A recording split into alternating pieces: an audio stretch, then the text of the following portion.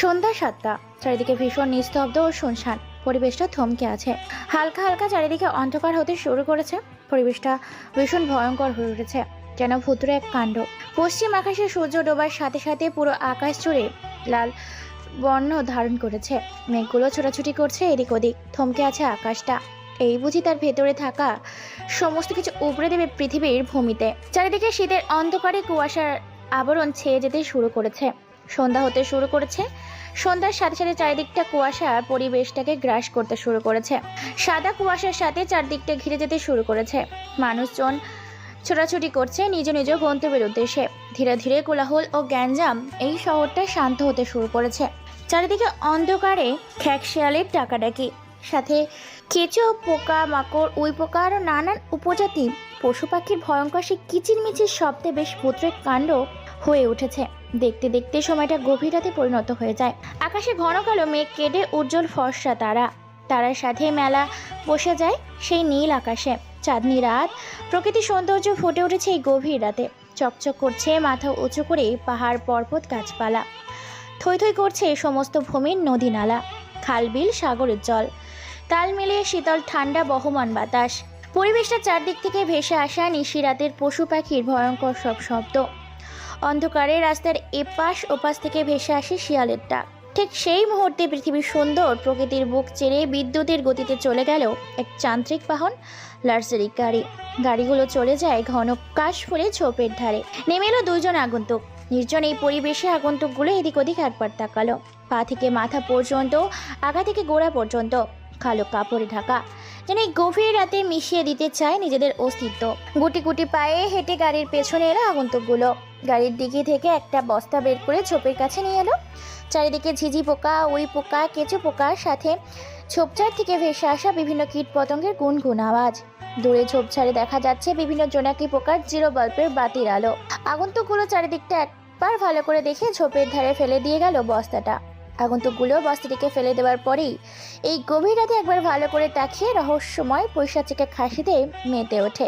তারপরে তারা সবাই মিলে সেই জায়গাটা ত্যাগ করলো। আবার সেই কালো রঙের স্মার্ট লাক্সারি গাড়ি করে রওনা দেয় নিজের গন্তব্যের উদ্দেশ্যে। বস্তাটি পড়ে থাকে সেই ঝোপঝাড়ের আড়ালে। সন্ধ্যা থেকে তৈরি হয় গভীর রাত। গভীর রাত থেকে পেরিয়ে চারদিকে ভোরের আলো ফুটতে শুরু করেছে। সকালের সেই শীতল আবহাওয়া, ঠান্ডা উষ্ণতার বাতাস হু হু করে বয়ে চলেছে। চারিদিকে মানুষ ছোটাছুটি করতে শুরু করেছে। কেউ কেউ নিজের গন্তব্যের উদ্দেশ্যে যাওয়া শুরু করেছে, কেউ ভার্সিটি যাচ্ছে, আবার কেউ নিজেদের জীবিকা নির্বাহের জন্য ছোটাছুটি করছে। টিভি স্ক্রিনে দেখানো সাংবাদিকের বলা কথাগুলো হাজারবার শুনতে শুনতে কান ঝালাপালা করে চলেছে দুই সংবাদ।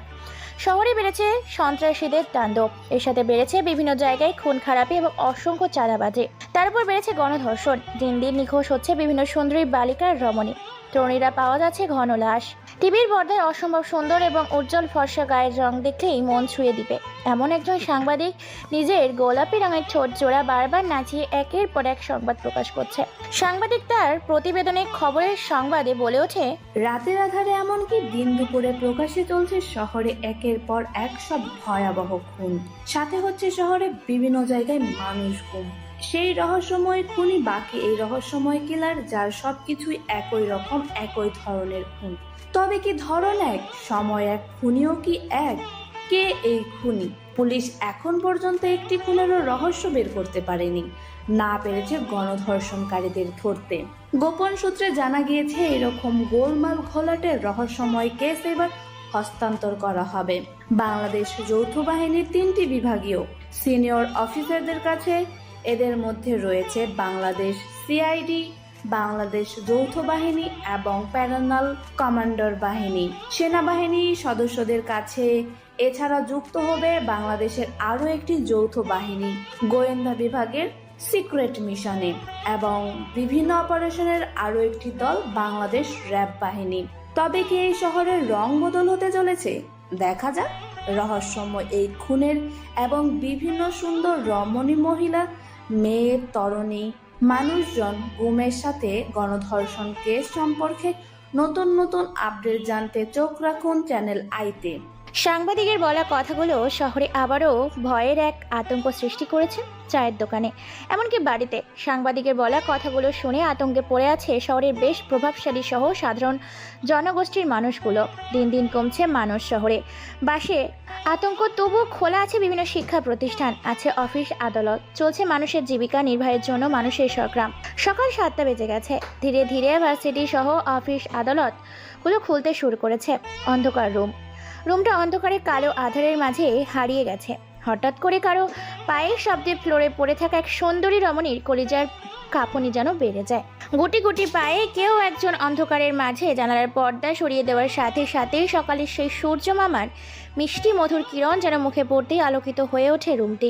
মুখে আলোর কিরণ পড়তেই সেই সুন্দরী রমণী মেয়েটি মিটমিট করে চোখগুলো খুলতে শুরু করেছে। মিটমিট করে চোখগুলো খুলে সামনে তাকিয়ে অজানা সেই ব্যক্তিটিকে দেখে মুহূর্তের মধ্যেই তার কলিজার পানি শুকিয়ে যায়। রক্ত চলাচল সাথে হার্টবিট দ্রুত চলাচল করতে শুরু করেছে। আগন্তুকটির উপস্থিতি দেখে তার হাত পা বাঁধা অবস্থায় ফ্লোরে পড়ে থাকা অর্ধউলঙ্গ মেয়েটি ঘামতে শুরু করেছে। ভয়ে গলা দিয়ে আওয়াজই বের হতে পারে না। এটা দেখে সামনে উপস্থিত থাকা আগন্তুকটি এক চিলতে হাসি দিয়ে মেয়েটির সামনে বসে বলে ওঠে, কি রে, এবার বুঝতে পেরেছিস যে এই মিলন কি জিনিস? মেয়েটি কোনো কথা বলে না, অসহায়ের মতো তাকিয়ে আছে ছেলেটির দিকে। মেয়েটার চোখে ওকে ভীষণ আতঙ্ক, উভয়ের ছাপ ফুটে উঠেছে। সারা শরীর থেকে রক্ত চুইয়ে চুইয়ে পড়ছে। বিভিন্ন জায়গায় কামড় ও নখের আঁচড় স্পষ্ট বোঝা যাচ্ছে। মেয়েটা ভয়ে কোনো কিছু বলতে পারে না, গলা দিয়ে কোনো আওয়াজ বের হয় না। আগন্তুকটি আবার বলে ওঠে, সময় থাকতে মানুষ মানুষকে চিনতে পারে না। যখন তার সময় শেষ হয়ে যায় তখন সে বুঝতে পারে সে কার সাথে পাঙ্গা নিয়েছে। কথাটা বলে ছেলেটা হাসতে থাকে নিজের মতো করে, যেন ছেলেটার হাসিতে লেগে আছে রহস্যময় কিছু অজানা কথা। মেয়েটা ভয়ে কোনো কথাই বলতে পারে না। চোখ দিয়ে অজর ধারায় নোনা পানি গড়িয়ে পড়ছে। মেয়েটা কান্না ভাঙা গলায় বলে ওঠে, প্লিজ মিলন, আমাকে ছেড়ে দাও। আমি ভুল করেছি। ভার্সিটিতে তোমার সাথে আমার খারাপ ব্যবহার করা উচিত হয়নি। আমি বুঝতে পেরেছি আমি তোমার সাথে অন্যায় করেছি। মেয়েটার মুখে এরকম কথা শুনে আগন্তুকটি হাসতে থাকে। তারপর কি যেন ভেবে আগন্তুকটি তার সামনে পায়ে পড়ে রসে বসে তারপর একটা সিগারেট ধরায়, ফোনে সুখে টানতে থাকে। আর এই হাসিটা দেখে মেয়েটার ভয়ে গলা শুকিয়ে যায়। তারপর মেয়েটা ভাঙা গলা নিয়েই বলে ওঠে, প্লিজ মিলন, তুমি আমাদের সাথে এমন কেন করছো? কেন আমাদেরকে মেরে ফেলছো? তোমার এই অত্যাচার আমরা সহ্য করতে পারছি না। আমাদের একেবারে মেরে ফেলো। তোমার এই প্রতি রাতের নির্মম অত্যাচার আর আমি সহ্য করতে পারছি না। এর থেকে তো বিষ খেয়ে আত্মহত্যা করা অনেক ভালো। ইতি নামের মেয়েটির মুখে এরকম কথা শুনে আগন্তুকটা হাতে থাকা বাকি সিগারেটের অংশটা থাতার থপথপে প্লেটের উপর ফেলে দিয়ে পা দিয়ে পিষে দেয়। তারপর মেয়েটির কাছে এসে মেয়েটির দুই মুখের চোয়াল চেপে ধরে দাঁতের দাঁত চেপে কটমট করে বলতে শুরু করে, কুত্তার বাচ্চা, সেদিন মনে ছিল না যেদিন তোরা সবাই মিলে আমাকে সেই অন্ধকার দ্বীপে ফেলে এসেছিলি? মেয়েটা সেদিকে সেই ভয়াবহ দিনের কথা মনে পড়তেই আঁতকে ওঠে। শরীরের প্রত্যেকটা লোম খাড়া হয়ে গেছে, শরীরটা কাঁপতে শুরু করেছে। সেদিন সবাই মিলে কি অত্যাচারটাই না করেছিল। মিলন আবার বলে ওঠে, কিন্তু আমি তোদের মতো নই। তোকে আজকে রাতেই মুক্ত করে দেব চিরতরে। মেয়েটা এই কথা শোনার সাথে সাথেই শরীর থেকে যেন আত্মাটা ভয়ে পালিয়ে যায়। কেননা তার চিরতবে চিরদিনের জন্যই পৃথিবীর মায়া ত্যাগ করে চলে যেতে হবে। আজকে এই কুখ্যাত সন্ত্রাসী মিলন মেরে ফেলবে, যার সাথে তারা সবাই মিলে অন্যায় করেছিল। যে অন্যায়ের প্রতিফল আজকে তাদের সবাইকে এক এক করে ভোগ করতে হচ্ছে, যার প্রতিফল হিসেবে আজকে তাকে মৃত্যুর স্বাদ বরণ করতে হবে। মেয়েটা বলে ওঠে, প্লিজ মিলন, তুমি আমাদের মেরো না, আমাদের ছেড়ে দাও। আমি তো সাথীর কথা শুনে তোমার সাথে সেসব অন্যায় করেছি। আমাদের সবাইকে তুমি মেরে ফেলতে শুরু করেছো। অন্তত আমাকে ছেড়ে দাও। আমি কথা দিচ্ছি ভার্সিটিতে কেন, ভার্সিটির আশেপাশেও যাব না। তুমি যে আমাকে তুলে এনেছো এই কথা কাউকে বলবো না।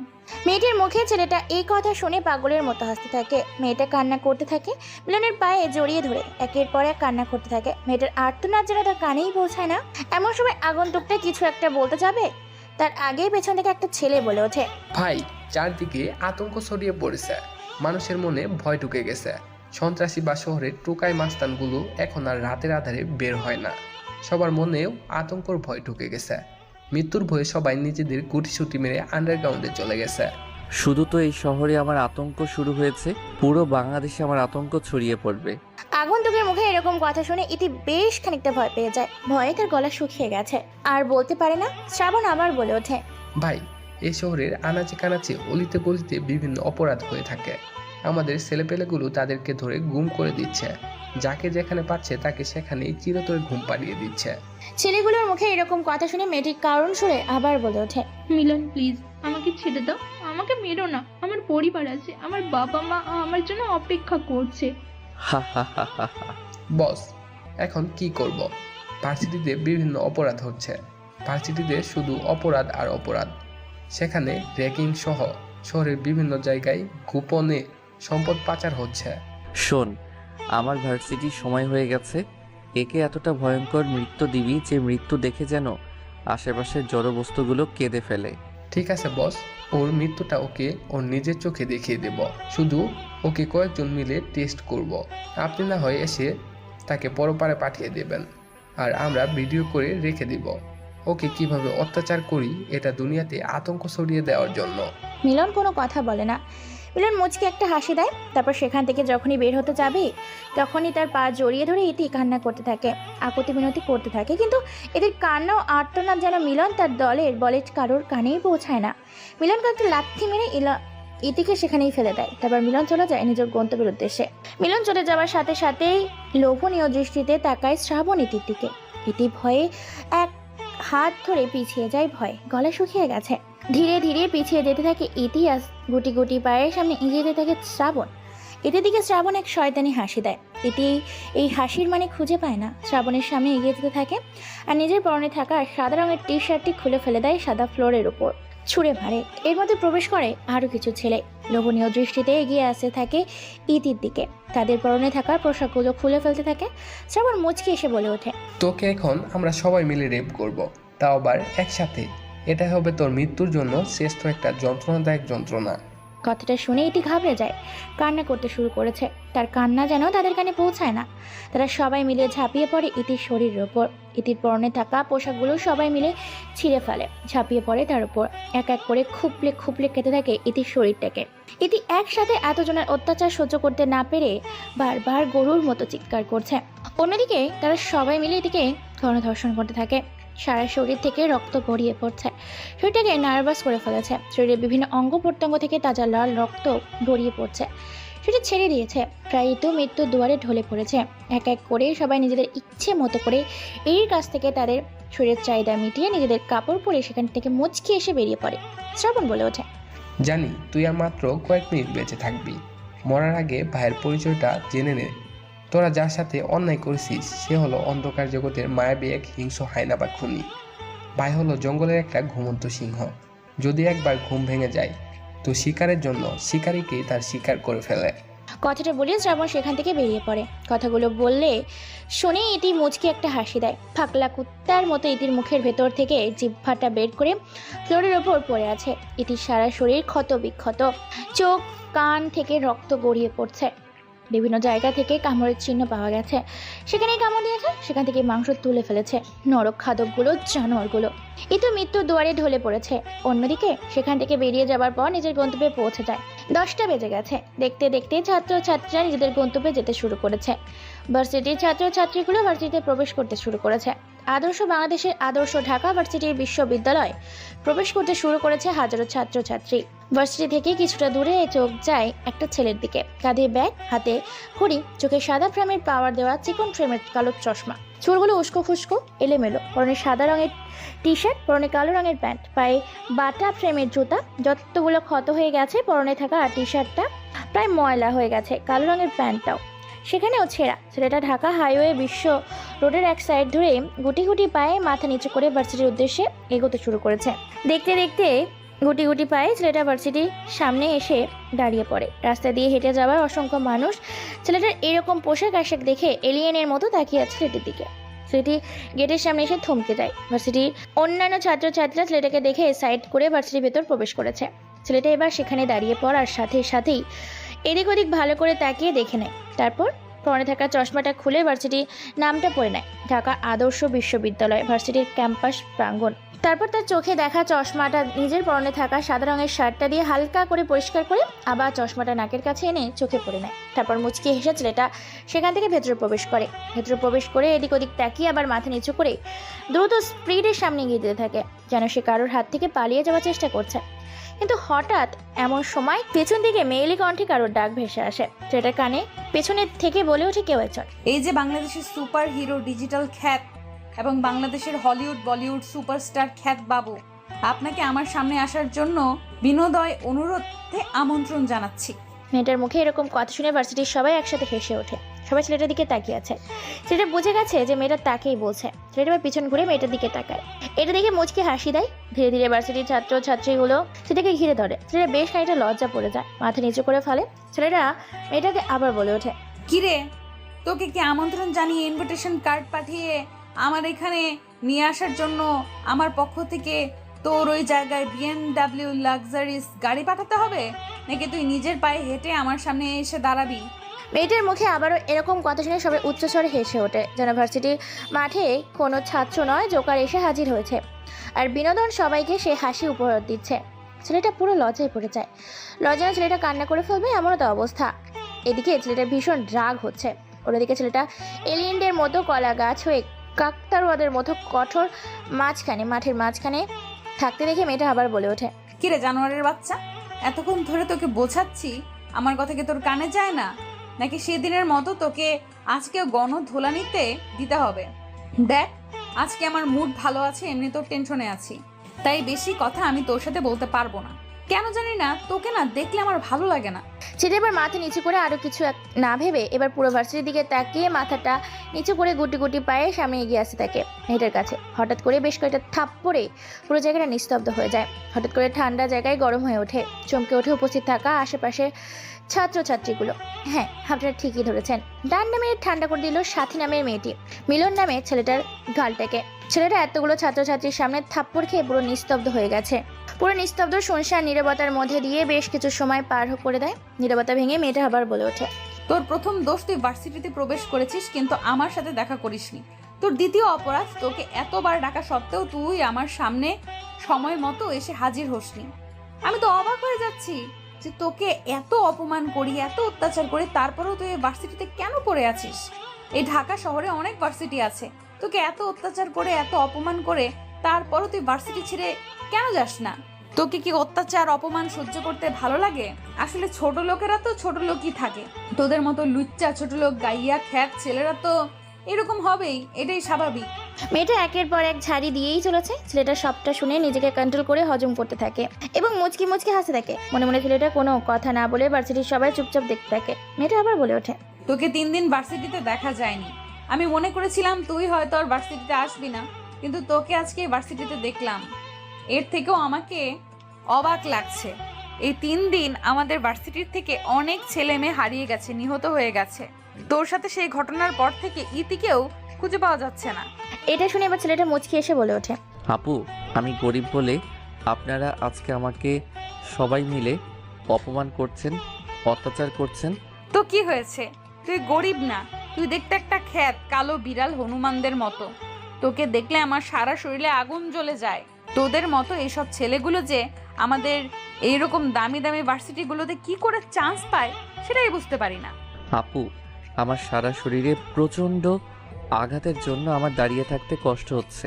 তোর কষ্ট হচ্ছে তো আমাদের কি? এখন কি তোকে আমি কোলে নিয়ে পুরো ভার্সিটির মাঠে ঘুরবো নাকি? আপু, ভার্সিটি ঘুরতে হবে না, দয়া করে আমাকে যেতে দিন। তার আগে বল, তুই ইতির সাথে কি করেছিস? ইতিকে সেদিনের পর থেকে খুঁজে পাওয়া যাচ্ছে না। আমি তো ভেবেছিলাম সেদিনের পর থেকে তুই আর এই ভার্সিটিতে আসবি না, কিন্তু তোকে আজকে দেখে বেশ খানিকটা অবাক হলাম যে তুই এখনো সশরীরে সুস্থ হয়ে দাঁড়িয়ে আছিস, তাও আবার আমার সামনে। সেটা মেয়েটার এরকম কথা শুনে রহস্যময় একটা মুচকি হাসি দেয়। তারপর সাথী নামে মেয়েটির উদ্দেশ্যে বলে ওঠে, কথায় আছে না, আপু, রাখে আল্লাহ মারেকে আর মারে আল্লাহ রাখে কে। তোকে তো আমি পুলিশে দেব। আমার তো সন্দেহ হয় তোকে তুই ইতিকে সরিয়ে দিয়েছিস। আপু, আপনি এটা কেন আমার নামে মিথ্যা অপবাদ দিচ্ছেন? আমি তো খ্যাত দুর্বল চিকন শরীর নিয়ে এরকম কাজ করতে পারি, আপনি এটা ভাবেন কি করে? ছেলেটার মুখে এরকম কথা শুনে ভার্সিটি উপস্থিত থাকা সবাই অবাক হয়ে যায়। সবাই ভাবতে থাকে, নিজেদের মধ্যে কথা বলা বলি শুরু করে দেয়। সত্যি তো, এই ছেলেটা ঠিকই তো বলেছে। ওর মতন চিকন আর রোগা শরীর নিয়ে একটা মেয়েকে কি করে তুলে নিয়ে যাওয়া সম্ভব একাই? সবাই বলা বলি করছে।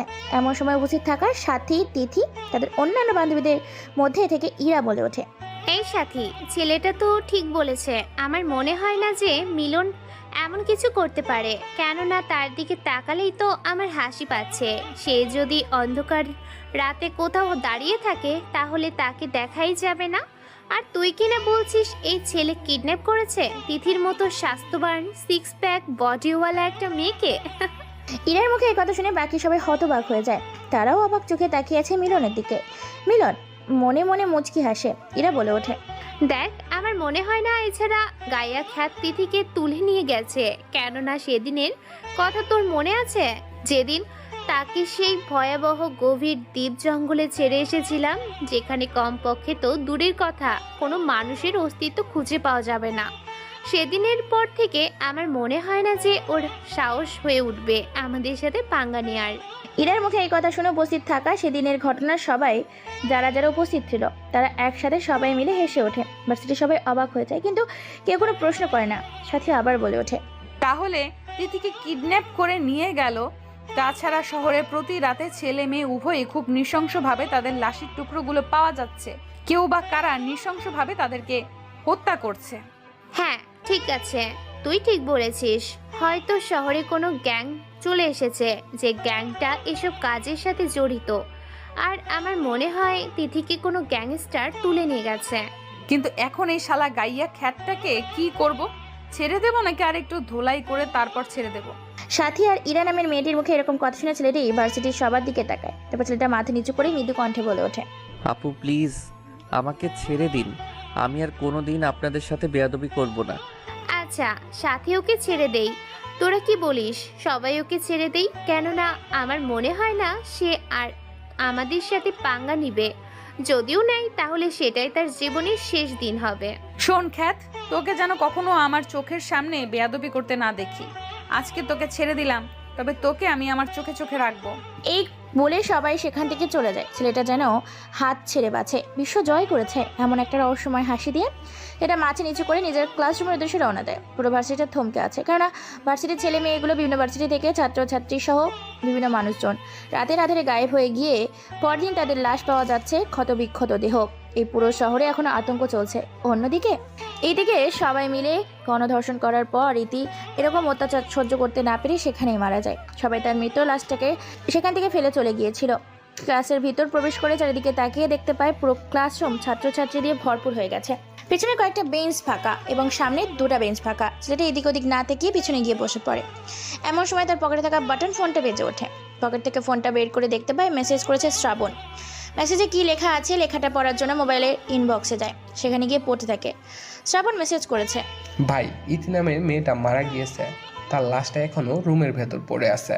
মেসেজটা পড়ে খানিকটা বিচলিত হয়ে পড়ে। চারিদিকে তাকিয়ে মোবাইলটা হালকা করে ব্যাগের ভিতর নিয়ে মেসেজ রিপ্লাই দেয়। বলে ওঠে, লাশটাকে কেটে কয়েক টুকরো করে রেখে দেন।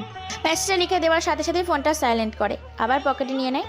অন্যদিকে ক্লাসে ম্যাম প্রবেশ করে, তারপর এক এক করে ক্লাস করতে থাকে। এক পর্যায়ে ক্লাসের মাঝখানে কোনো অনুমতি ছাড়াই সাথী, ইরা এবং তাদের পুরো দল ক্লাসের ভেতরে প্রবেশ করে। এটা দেখে ম্যাম বলে ওঠে, এটা কি রকম অসভ্যতা? আমি সাথী, তুমি কোনো অনুমতি ছাড়াই আমার ক্লাসরুমে প্রবেশ করার সাহস দেখালে কিভাবে?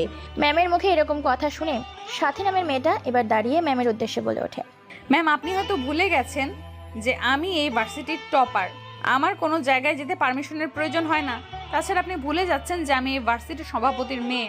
সাথীর মুখে এরকম কথা শুনে উপস্থিত থাকা সবাই অবাক হয়ে যায়। ম্যাম খানিকটা লজ্জিতও হয়, অপমানবোধ মনে করে। তাই ম্যাম বলে ওঠে, তুমি কি আমায় ভয় দেখাচ্ছ? তুমি ভুলে যাচ্ছ আমি এই কলেজে একজন অধ্যাপক, আর তুমি একজন শিক্ষার্থী হয়ে একজন শিক্ষিকার সাথে বেয়াদবি করছো। তাতে কি হয়েছে? আমার যখন ইচ্ছে আমি তখন ক্লাসে প্রবেশ করব। তাতে আপনার কি? আপনি যেভাবে পড়াচ্ছেন সেভাবে পড়ান, আপনাকে তো আর বাধা দেওয়া হচ্ছে না। ম্যাম আর কোনো কথা বলে না, কারণ ম্যাম ভালো করেই জানেন সাথী কতটা বেয়াদব এবং ডেঞ্জারাস একটা মেয়ে। তাই তার সাথে তর্ক না করে এক এক করে স্টুডেন্টদের পড়তে থাকে। বোর্ডে কিছু বীজগণিত অঙ্ক দেয় আর সেগুলো সবাইকে করতে বলে। সবাই এক এক করে করতে থাকে। তারপর ম্যাম এক এক করে সবার খাতা চেক করতে থাকে।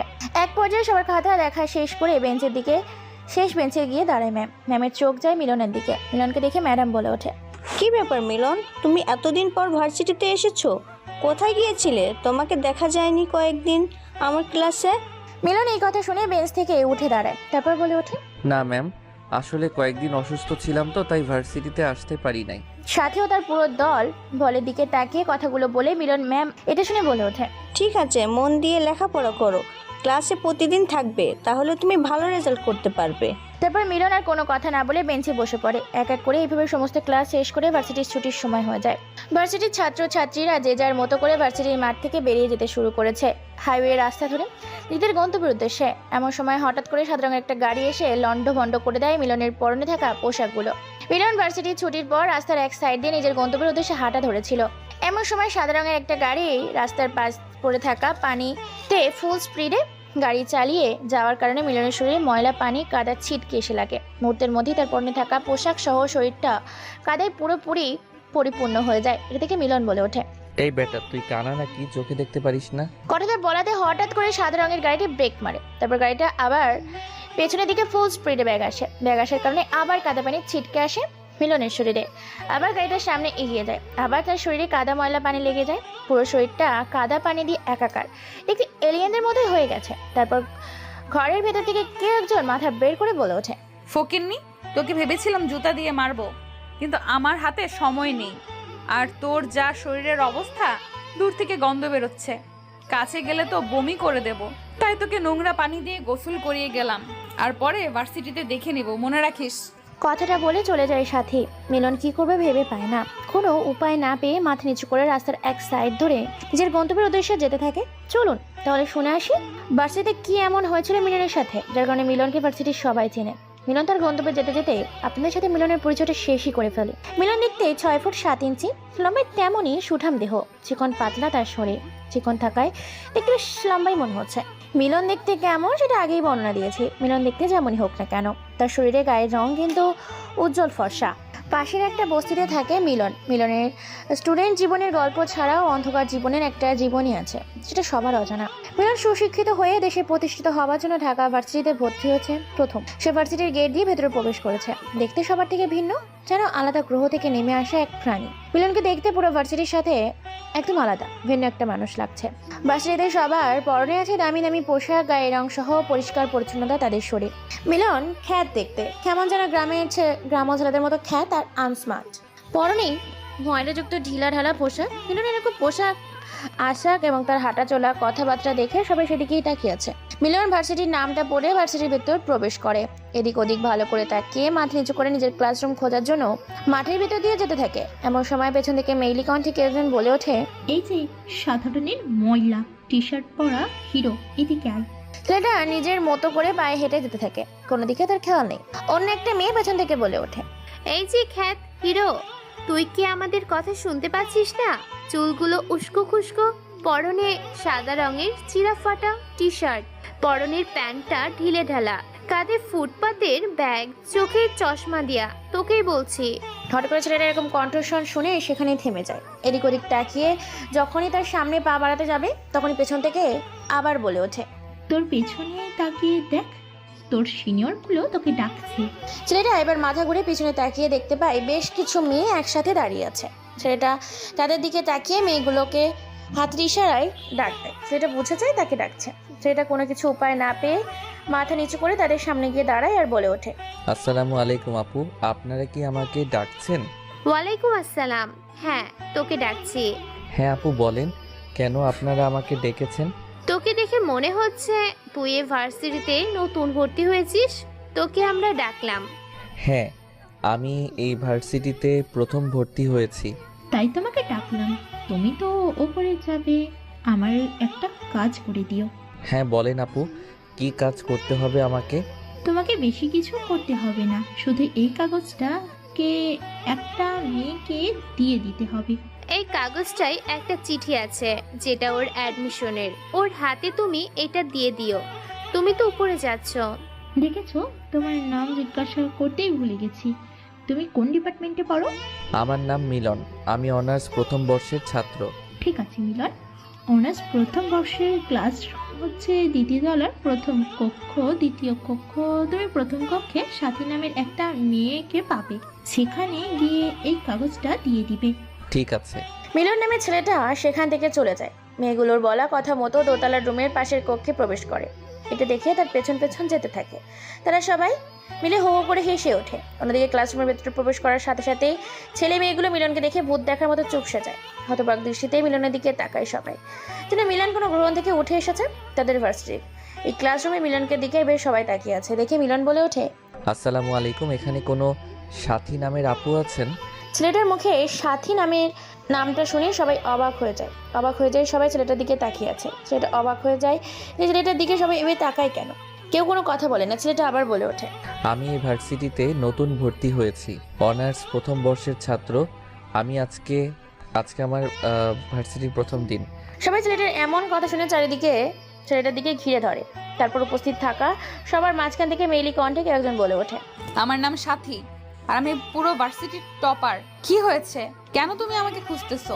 আপু, এটা আপনার জন্য, এটা আপনাকে দিতে বলল, তাই আপনাকে দিলাম। এটা কি আর কে দিয়েছে? এখানে কি আছে? আর তোমাকে দেখতে এরকম গাইয়া খ্যাতের মতো কেন? তুমি কি জানো না এই ভার্সিটিতে পরিষ্কার পরিচ্ছন্ন হয়ে আসতে হয়? জানি না এটার ভিতরে কি আছে, কয়েকজন আমাকে দিতে বলল, তাই আপনাকে দিলাম। আচ্ছা ঠিক আছে, তুই এখানে দাঁড়া, আমি এটাকে আগে পরে দেখি যে এই কাগজে কি লেখা আছে। তারপর সাথী কাগজের খামটা ছিঁড়ে ফেলে। পকেটের ভেতর থেকে একটা চিঠি বের করে পড়তে থাকে। চিঠিটা পড়া শেষ করে রেগে মেগে একের পর এক সাথী চোখগুলো লাল বর্ণ ধারণ করেছে, যেন লাল আগুনের লাভায় পরিণত হয়েছে। সাথী এবার মিলনের দিকে তাকিয়ে পরপর বেশ একটা থাপ্পড় লাগিয়ে দেয় মিলনের গালে, আর বলে ওঠে, শালা কুত্তার বাচ্চা, গাইয়া খ্যাত জানোয়ার কথাকার, তোর সাহস হলো কি করে আমাকে এরকম কুপ্রস্তাব দেওয়ার?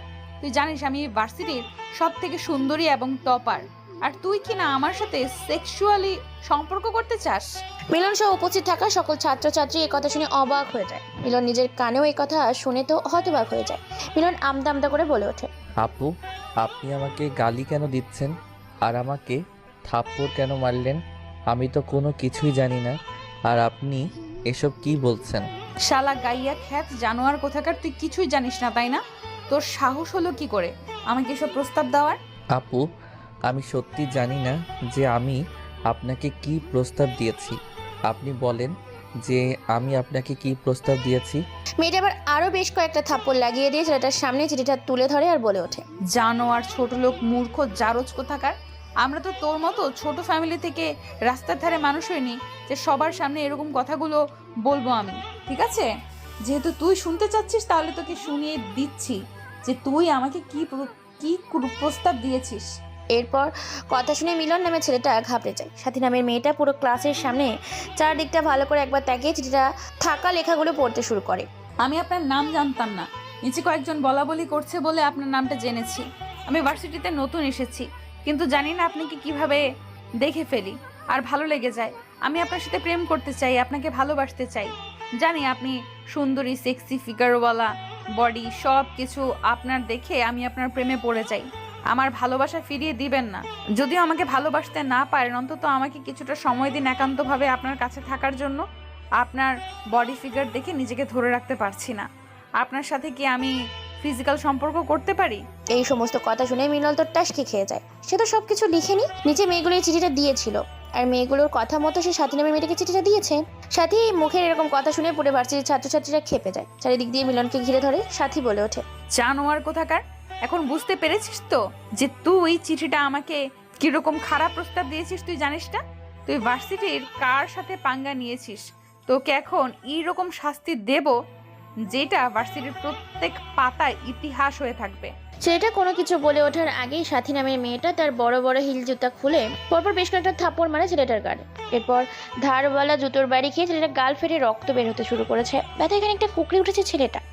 তারপর সাথী ছেলেটার মেন পয়েন্টে কয়েকটা লাথি দেয়। সবার সামনে ছেলেটা মেন পয়েন্টে লাথি খেয়ে সেখানেই পড়ে যায়। তারপর সাথী ছেলেটার শার্টের কলার ধরে টানতে টানতে সিঁড়ি দিয়ে নিচে নামাতে থাকে। সবাই পেছনে পেছনে আসতে থাকে। ছেলেটা ব্যথায় হাঁটতেও পারে না। তারপর মেয়েটা ছেলেকে টানতে টানতে তাদের বন্ধুদের আড্ডাখানায় নিয়ে যায় একটা গাছের নিচে। সেখানে ছেলেটাকে এইভাবে টানতে টানতে নিয়ে যেতে দেখে উপস্থিত থাকা মেয়েটার বান্ধবীগুলো বলে ওঠে, কি রে সাথী, কি হয়েছে?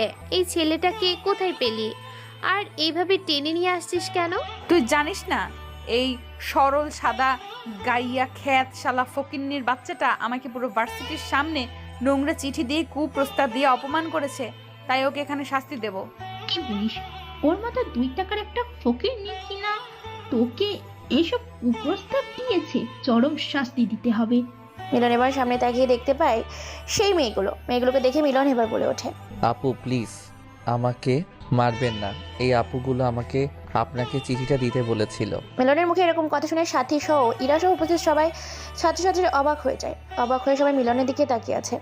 ইতি আর ইরা এই লাঙ্গল উঠিয়েছে দেখে ইতি আর ইরা মিলনের সামনে এসে পরপর বেশিটা থাপ্পড় মারে। থাপ্পড়ের শব্দে পুরো জায়গা নিস্তব্ধ হয়ে যায়। প্রায় কয়েক মিনিট নীরবতার মধ্যে দিয়েই কেটে যায়। নীরবতা ভেঙে চিৎকার করে ওঠে তিথি। ইরা বলে ওঠে, কি বললি? শয়তান বেয়াদব জানোয়ার কোথাকার! তোর সাহস হয় কি করে আমাদের নামে মিথ্যে বলার? তোর সাথে তো আমাদের দেখাই হয়নি। সত্যি তো, ছোট লোক কোথাকার। জানি এই ফকিরনিগুলো বড় লোকের মেয়েগুলোকে ফাঁসানোর জন্য কোথা থেকে উঠে আসে। এই মতলব খারাপ। তোর সাথে তো আমাদের দেখাই হয়নি, আর আমরা তোকে চিনি না, জানি না। শুধু শুধু একটা চিঠি দিব কেন? মিলন মেয়েগুলোর মুখে এরকম কথা শুনে তো আকাশ থেকে পড়ে, মাটিতে টপ করে পড়ে যায়। মাথায় কাজ করা বন্ধ করে দিয়েছে। চারদিকটা বিনবিন করে ঘুরতে থাকে। মিলন আবার বলে ওঠে, আপু এটা আপনারা কি বলছেন? আপনারাই তো এই চিঠিটা সাথী নামের মেয়েটাকে দিতে বললেন। কিরে, তোরা আমাকে চিঠি দিতে বলেছিস? এ তো শুধু তোদেরই নাম বলছে। সত্যি কি তোরা চিঠি দিতে বলেছিস? যদি এটা সত্যি হয় তোদের খবর আছে, আর যদি এটা মিথ্যা হয় তাহলে এই খ্যাত ফকিনের বাচ্চাটাকে ভার্সিটিতে চরম শিক্ষা দিব। হ্যাঁ ঠিক আছে, আমরা মেনে নিলাম যে আমরা তাকে একটা চিঠি দিয়েছি আর চিঠিটা তোকে দিতে বলেছি। তো এটা ওকে প্রমাণ করতে বল। হ্যাঁ, ওই ছোট লোক ফকিরনির বাচ্চাকে প্রমাণ করতে বল যে আমরা ওকে চিঠি দিয়েছি। আর সাথী, তুই এসব ছোট লোকের বাচ্চাদের চিনিস না। এরা বড় লোকেদের মেয়েদেরকে ফুলিয়ে ফালিয়ে ফাঁসিয়ে তাদের জালে ফেলে সম্পত্তি হাতিয়ে নেয়। এই কথা শুনে ভার্সিটির সবাই একমত হয়। মিলন কি করবে বুঝে উঠতে পারে না, কারণ মিলনের হাতে কোনো প্রমাণ নেই। মিলন ভার্সিটিতে প্রথম এসেছে, কারোর সাথে তার কোনো পরিচয় নেই। সাথী আবার বলে ওঠে, কিরে ফকিন্নি গাইয়া খ্যাত, গ্রাম থেকে উঠে আসা ডাস্টবিনের ময়লা প্রমাণ কর যে তুই চিঠিটা দিসনি। যদি এটা প্রমাণ করতে না পারিস তোর কপালে ভয়াবহ দুঃখ আছে। তুই চিনিস না এই সাথীকে, তোর ইজ্জতটা পুরো লুটপাট করে দিব। কারণ তুই আমার ইজ্জত নিয়ে টানাটানি করেছিস, এর শাস্তি তোকে পেতেই হবে। মিলন কি করবে বুঝতে পারে না, তার হাতে কোনো প্রমাণ নেই। ভার্সিটি তাদেরকে সাপোর্ট করছে। মিলনের এখানে পরিচিত কেউ নেই। মিলন ভাবতে থাকে কি করবে, বুঝতে পারে না। মিলন বলে ওঠে, আপু আমি সত্যি বলছি, আমি তো আপনাকে চিনি না, ভার্সিটিতে নতুন। কেন আপনাকে চিঠি দিব? ওরা আমাকে সবাই মিলে ফাঁসাচ্ছে। আমার হাতে কোনো প্রমাণ নেই। তোর হাতে কোনো প্রমাণ নেই তার মানে তুই অপরাধী, আর প্রমাণ ছাড়া তোকে শাস্তি পেতেই হবে। তুই জানিস না এর সাথে কতটা ডেঞ্জারাস? প্লিজ আপু আমাকে ছেড়ে দিন, আমার ভুল হয়ে গেছে, আমি আর এমন করব না। তুই জানিস না তুই কার সাথে ঝামেলা করেছিস? এই তোরা কে আছিস, এদিকে আয়, আর একে কি শাস্তি দেওয়া যায় সেটা বল। সাথে ওকে এমন শাস্তি দেব যেটা এই ভার্সিটিতে সবাই মনে রাখবে। এই খ্যাত জানোয়ারটার সাহস হয় কি করে আমাদের নামে মিথ্যে বলার? হ্যাঁ ঠিক বলেছিস ইতি, এই জানোয়ারটাকে আজকে চরম শিক্ষা দিব। ওকে খুব লজ্জাকর শাস্তি দেয়া হোক। সবাই সবার মতো মতামত দিতে থাকে। এমন সময় উপস্থিত থাকা তাদের আরো দুজন বান্ধবী বলে ওঠে, শোন, ও যেহেতু প্রস্তাব দিয়েছে এবং ভার্সিটির মেয়েদের সম্মান নিয়ে সিন মেনে ফেলেছে, এর জন্য তাকে এমন শাস্তি দেওয়া হোক যেটা খুব লজ্জার। তাহলে আমি একটা কথা বলি, ওকে মেয়েদের ব্রা এবং ছোট পোশাক পরিয়ে দে, সাথে হাতে চুড়ি, কপালে টিপ, কানে দুল পরিয়ে দিয়ে পুরো ভার্সিটির মাঠ ঘোরা। সাথে ওর পরনে থাকা কাপড়গুলো খুলে ফেলা হোক, মেয়েদের কাপড় পরিয়ে দেওয়া হোক। তাহলে শালা খ্যাত বাবুকে, তাহলে শালা বিয়াদব চরম একটা শিক্ষা হবে। এবং একটা ভিডিও করে সব জায়গায় ছড়িয়ে দিব। মুহূর্তের মধ্যেই সোশ্যাল মিডিয়ায় ভাইরাল হয়ে যাবে, আর খ্যাত সরাসরি সারা দুনিয়ার কাছে ভাইরাল হয়ে যাবে। একদম ঠিক বলেছিস তন্নি আর তিথি, জানোয়ারটাকে চরম শিক্ষা দেওয়া যায়। এই শামীম, তামিম আর তারেক, রায়হান, নয়ন, রাজা, শালাকে ধরতো সবাই মিলে এবং ওর পোশাকগুলো খুলে ফেল। তারপর মেয়েদের ব্রার সাথে চুড়ি আর বিভিন্ন কসমেটিক্স পরিয়ে দেয়। সেটা মেয়েটার মুখে একবার কথা শুনে প্রায় কান্নাই করে ফেলবে। এমন তো অবস্থায় চারিদিকে একবার ভালো করে তাকায়। সেটা চারিদিকে তাকিয়ে দেখতে পায় পুরো ভার্সিটি তাকে দেখে হাসাহাসি করছে। সেটা যেন কান্না করবে, চোখ থেকে তার পানি টলমল করছে। সেটা আকতি মিনতি করে বলে ওঠে, আপু প্লিজ আমাকে ছেড়ে দিন, আমি জীবনেও আর এরকম ভুল করব না। এবারের মতো আমাকে ছেড়ে দিন। কিন্তু কেউ ছেলেটার কথা শোনে না। শামীম, তামিম, রাজ, রায়হান, নয়ন ছেলেটাকে চারিদিক দিয়ে চেপে ধরে মিলন এবার ছেলেটাকে নিজেকে ছাড়ানোর জন্য ছটফট করছে। এটা দেখে শামীম তামিম বলে ওঠে, শালা খ্যাত জানোয়ার কোথাকার, ভার্সিটির মেয়েদের অসম্মান করার সময় তোর মনে ছিল না, আর এখন কিনা তুই ছটফট করছিস? ওর ছটপটানি দেখলে হবে না, শালা অপরাধ করছে, অপরাধী শাস্তি ওকে পেতেই হবে। তোরা ভালো করে ওকে চেপে ধর। তামিম, তুই ওকে ভালো করে চেপে ধর। প্রথমে ওর পরনে থাকা ময়লা টি শার্ট খুলে ফেলি। আরে তুই একা পারবি না, নয়ন, রাহান, তারেক, তোরা শালাকে চেপে ধর। আমরা ওর পরনে থাকা টি শার্ট খুলে ফেলেছি। প্লিজ ভাইয়া, আমার সাথে এমন করবেন না, আমাকে ছেড়ে দিন আপনারা। শালা, বেয়াদবি করার সময় মনে ছিল না যে তুই ভার্সিটিতে কার সাথে বেয়াদবি করছিস? তোকে তো আজকে চরম শিক্ষা দিব। ওকে ভালো করে চেপে ধর যাতে জানোয়ারটা এখান থেকে পালাতে না পারে। ওকে চরম শিক্ষা দিব আজকে। আরে সাথী, তুই চিন্তা করিস না, আমরা এতজন আছি, আর সে কোন দিক দিয়ে পালাবে, পালালেও তার 12টা বাজিয়ে দিব। শামিমা, তামিম ছেলেটার সাদা রঙের টি শার্টটা খুলতে থাকে। ছেলেটা ছটফট করতে থাকে। এমন সময় হঠাৎ করে ছাটি গালে ছেলেটা থাপ্পড় লেগে যায়। সাথে রেগে মেগে বলে ওঠে, শালা কুত্তার বাচ্চা, ফকিন্নির বাচ্চা, ছোট লোক কোথাকার, তোর সাহস হয় কি করে আমাকে থাপ্পড় দেওয়ার? ওকে মেয়েদের পোশাক পরার আগে ভালো করে ধোলাই কর। সাথীর কথা মতো শামীম, তামিম, তারেক, নয়ন, রাজ, রায়হান এলোপাথির মারতে থাকে ছেলেটাকে। সাথে সাথে ইরা, তিথি, তন্নি তারাও সবাই মিলে ছেলেটাকে মারতে থাকে। মারতে মারতে মাটিতে ফেলে দিয়েছে। মাটিতে ফেলে দেওয়ার পর ছেলেটাকে এলোপাথির পা দিয়ে লাঠি মারতে থাকে সবাই মিলে। সারা শরীর থেকে রক্ত পড়তে শুরু করে দিয়েছে। চোখ বাদে নাক, কান, শরীর সব থেকে লাল রক্ত পড়তে শুরু করেছে। সাথী বলে ওঠে, হয়েছে, ওকে আর মারার দরকার নেই, এখন পোশাকগুলো পরিয়ে দেন। তারপর তাকে এক এক করে মেয়েদের কসমেটিক্স সহ বিভিন্ন পোশাক পরিয়ে দেওয়া হয়, সাথে মেয়েদের পোশাক, ছোট্ট একটা প্যান্ট। তারপর ছেলেদের ভার্সিটির মাঠে নিয়ে আসে। ছেলেটাকে ভার্সিটি ঘোরাতে থাকে, সাথে ভিডিও করে। কেউ কেউ পিক তুলে সোশ্যাল মিডিয়ায় ছেড়ে দিতে থাকে। ছেলেটা লজ্জায় মাথা নিচু করে আছে, কোনো কথা বলতে পারে না। বেশ কিছু সময় এইভাবে কেটে যায়। তারপর ছেলেটাকে ছেড়ে দেয় আর বলে ওঠে, সাথী শোন, আমি সাথী, ভার্সিটির সবচেয়ে ডেঞ্জারাস একজন। আমার সাথে আজকের পর থেকে কখনো লাগতে আসবি না, না হলে আজকের মতন তোকে এর থেকেও বড় শাস্তি দেব। আর আমার চোখের সামনে থেকে চলে যা।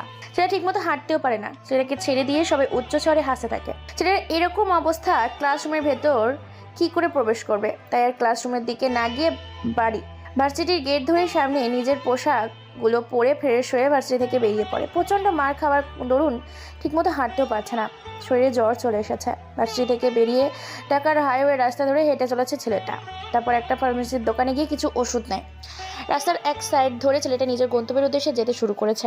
আমার তো অবশ্যই ছেলেটা খেয়াল করে পাশের মানুষগুলো তার দিকে কেমন দৃষ্টিতে তাকিয়ে আছে, আর সবাই কি যেন বলাবলি করছে, সাথে হাসাহাসি করছে।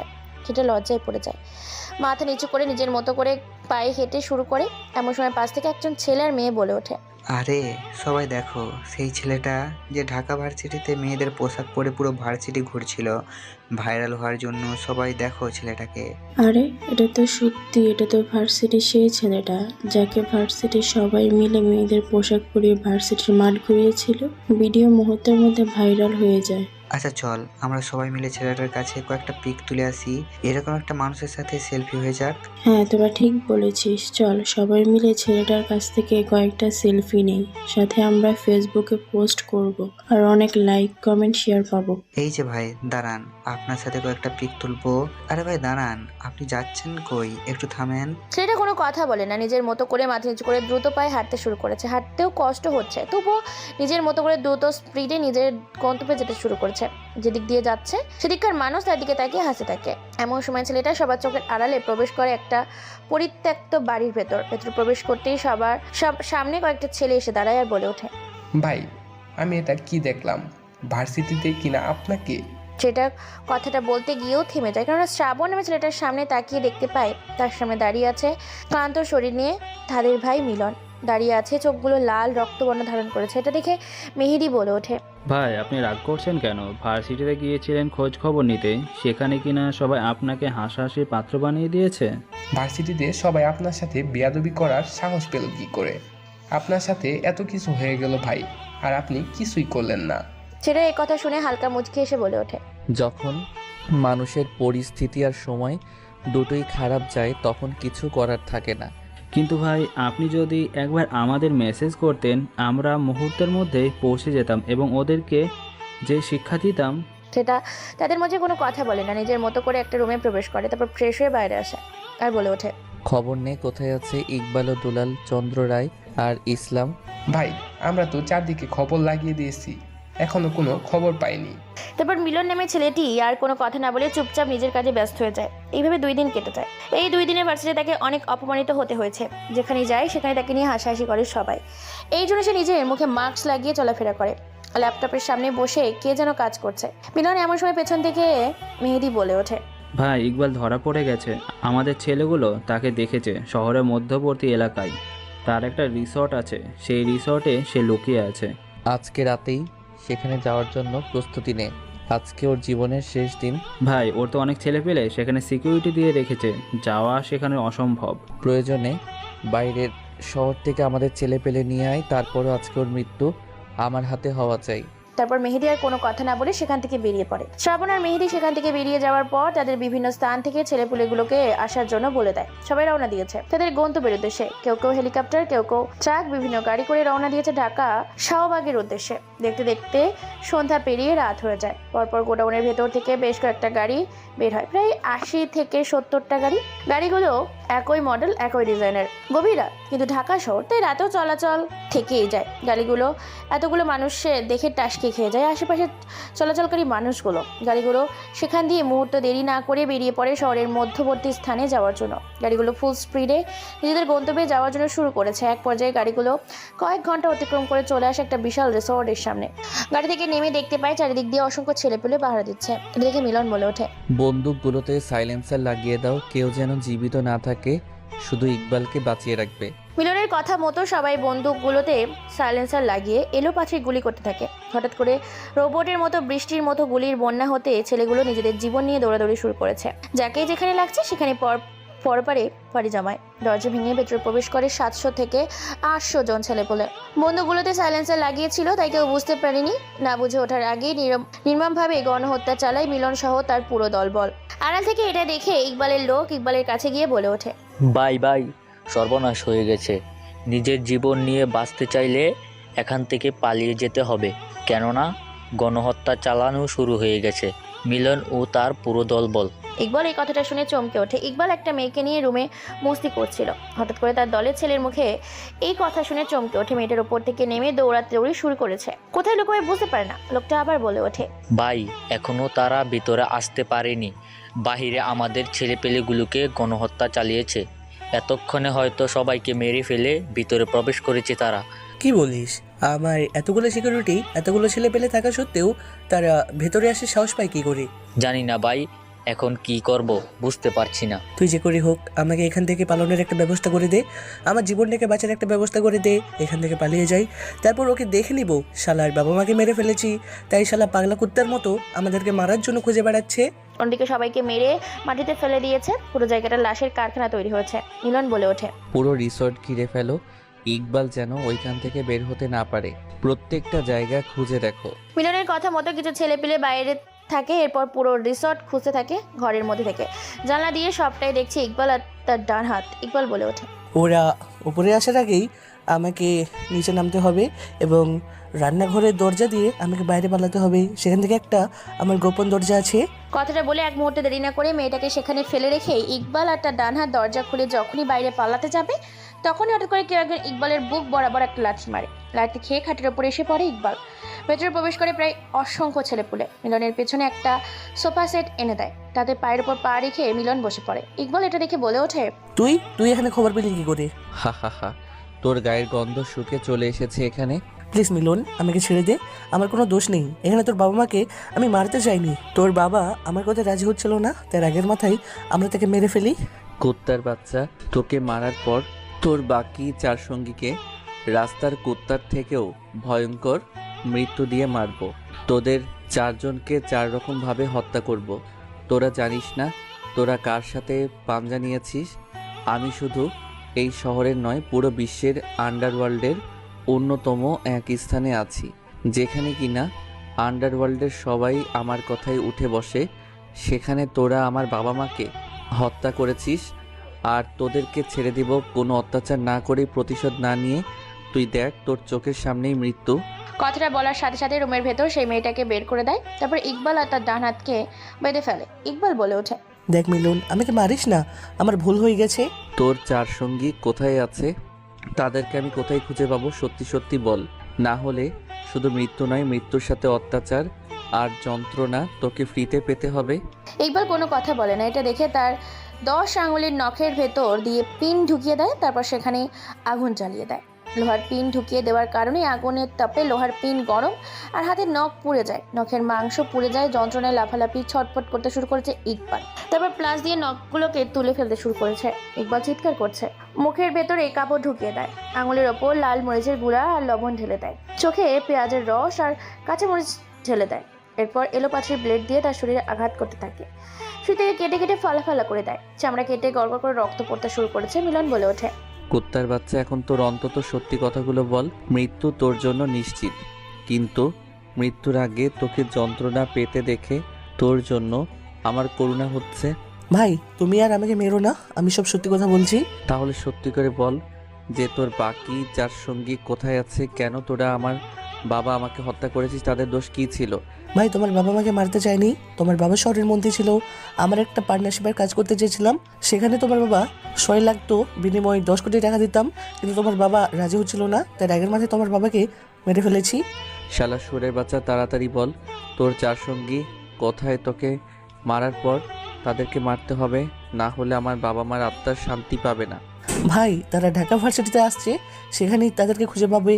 তারা সপ্তাহে সপ্তাহে প্রিন্সিপাল স্যারের সাথে সেখানে দেখা করতে যায়।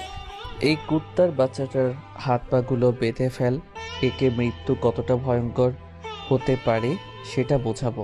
কথাটা বলে মুখে একটা কাপড়ের টুকরো ঢুকিয়ে দেয়। তাদের দুজনকে রশি দিয়ে বেঁধে ফেলে। তারপর কিছু পেরেক নিয়ে আসা হয়। পেরেক আর হাতুড়ি সমেত রাখা হয়। পেরেকগুলো হাতুড়ি দিয়ে এক এক করে মাথার ভেতর ঢুকিয়ে দেওয়া হয়। পুরো মাথা পেরেক দিয়ে পরিপূর্ণ।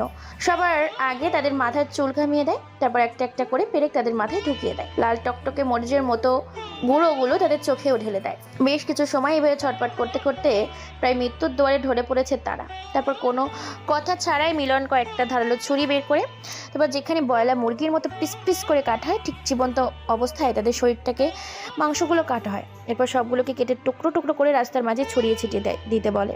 তারপর সেখান থেকে বেরিয়ে পড়ে। পরদিন সকালবেলা প্রত্যেকটা নিউজ টেলিভিশনে একটাই খবর দেখাচ্ছে, শহরে আবারও খুনের সংখ্যা বেড়ে গেছে। শহরের মন্ত্রীর হত্যা করার পর শহরে আবারও দ্বিতীয়বারের মতো হত্যা করা হলো দুজনকে। তাদেরকে টুকরো টুকরো করে রাস্তার মাঝে ছড়িয়ে ছিটিয়ে রেখেছেন।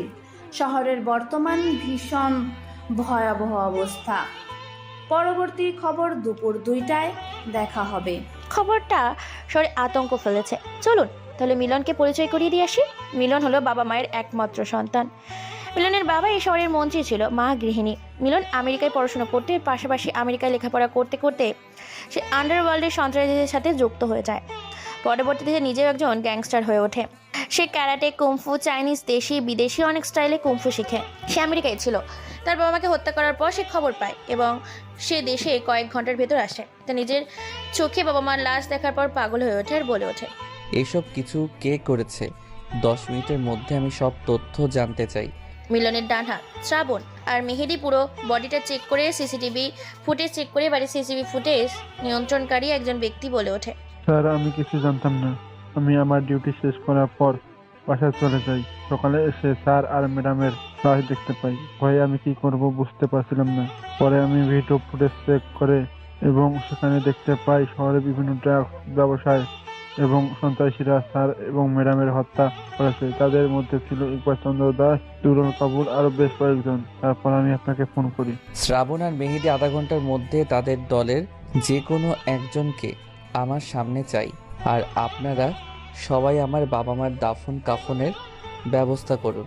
তারপর শ্রাবণ মেহেদি বেরিয়ে পড়ে।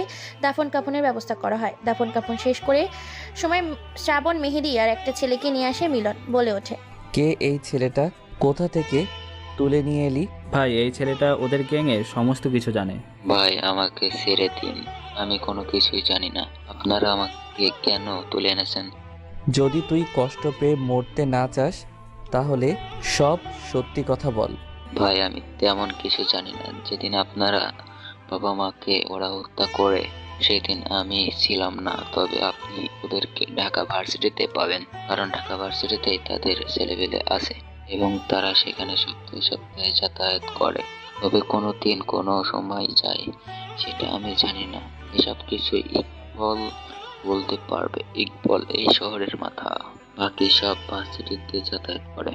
কথাটা শেষ করার আগেই ছেলেটার গলার ওপর একটা ধারালো ছুরি চালিয়ে দিয়ে ফিনকি কেটে গড়গড় করে রক্ত পড়তে থাকে। চোখের ইশারা দিয়ে ছেলেটাকে সেখান থেকে সরিয়ে নেওয়া হয়। তারপর পরের দিন সে ভার্সিটিতে যায়। আর ভার্সিটি যাওয়ার পর কি হয়েছে সেটা তো সবাই দেখতে পেলেন। এই ছিল তার ভার্সিটি আসার কারণ।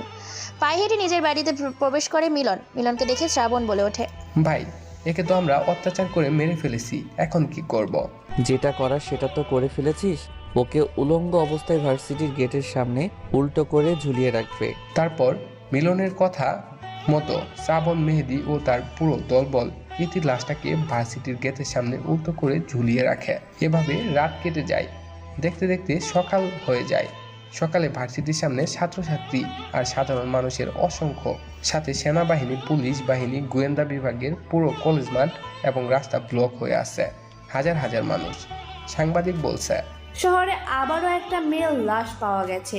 উলঙ্গ অবস্থায় মেয়েটার শরীরে অনেক জায়গায় কামড়ের দাগ, নখের আঁচড়, সাথে মেয়েটাকে শারীরিক এবং মানসিকভাবে অত্যাচার করা হয়েছে। দেখেই বোঝা যাচ্ছে প্রায় বেশ কয়েকজন মিলে ধর্ষণ করেছে মেয়েটাকে। শহরের পরিস্থিতি ভীষণ খারাপ। থমকে আছে পুরো শহর।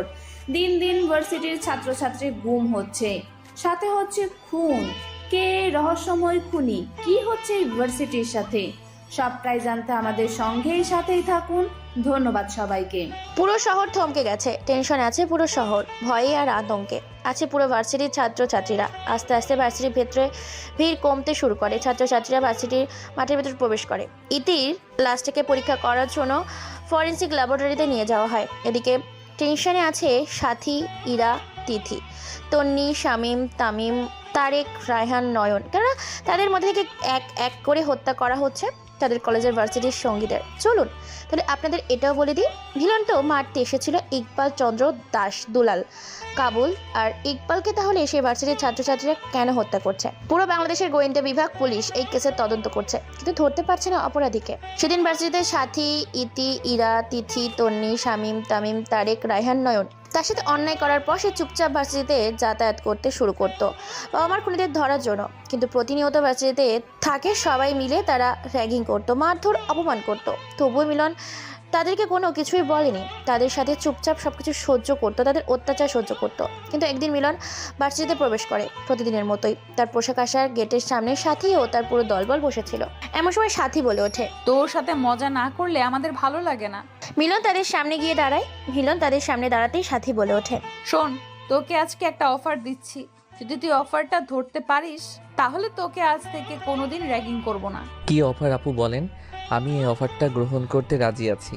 তোকে আজকে ভার্সিটির মাঠের মাঝখানে গিয়ে দাঁড়াতে হবে এবং সেখানে রোদের মধ্যে তুই সূর্যের দিকে তাকিয়ে থাকবি। যদি থাকতে পারিস তাহলে তোকে আজ থেকে কোনোদিন র্যাগিং করব না এবং তুই আমাদের বন্ধু হবি। ঠিক আছে আপু, আমি রাজি।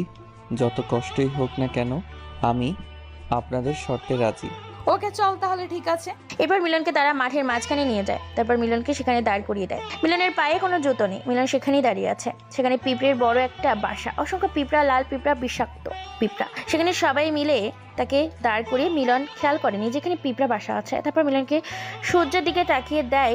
মিলনের কলিজার পানি শুকিয়ে যায়, কেননা সে যেখানে দাঁড়িয়ে আছে সেখানে বিষাক্ত পিঁপড়ার বাসা। মিলন কি করবে বুঝতে পারে না, যেন সে এই মুহূর্তে মৃত্যুর খুব কাছেই দাঁড়িয়ে আছে। প্রচন্ড রোদ, সূর্যের তাপে যেন তার মাথার মগজগুলো গলে পড়েছে। এদিকে পিঁপড়ার বাসার ওপর দাঁড়িয়ে থাকার কারণে পিঁপড়াগুলো পুরো পাক কামড়ে কামড়ে লাল বানিয়ে ফেলেছে। ব্যথার যন্ত্রণা সহ্য করতে না পেরে জ্ঞান হারিয়ে ফেলে মিলন। তারপর সবাই মিলে মিলনকে সেখানকে গাছের ছায়ায় নিয়ে আসে। তারপর সাথী বলে ওঠে, আরে এর তো অবস্থা খারাপ, এখন কি করব? চল একে কোথাও ফেলে দিয়ে আসি। আরে ওর কিছু হয়নি, চল আর একটু মজা নেই। ওকে এখান থেকে নিয়ে গিয়ে একটা বাড়িতে নিয়ে যায়, তারপর ওখানে গিয়ে আচ্ছা মতো ধুলাই করব। তারপর কি করবি? মরে কিনে জঙ্গলে ফেলে দিব। তাছাড়া ওর আপনজন বলতে কেউ নেই। ও তো ভার্সিটিতে বলেছিল, আর ওর মতো একটা খ্যাত আমাদের ভার্সিটিতে ওকে মানাচ্ছে না। তারপর তারা কেউ কোনো কথা না বলে তাকে নিয়ে চলে যায় একটা বাংলো বাড়িতে। সেখানে রুমের ভেতর তার হাত পা বেঁধে ফেলে, মিলনের মুখে পানি ছেটে দেয়। মিলনের জ্ঞান ফিরে আসে। মিলন বলে ওঠে, এ কি, আমি এখানে কেন? আর তোমরা আমাকে চেয়ারের সাথে বেঁধে রেখেছো কেন? আমাকে ছেড়ে দাও। তোকে কেন জানি না আমার খুব ভালো লাগে, তাই তোকে এখন আরো অত্যাচার করব। প্লিজ তোমরা আমাকে ছেড়ে দাও। আমাকে আজকে ভার্সিটিতে যেতে হবে। ভার্সিটিতে আমার খুব দরকার। চুপ, তোর সাথে এখন কি কি করি তুই শুধু দেখ।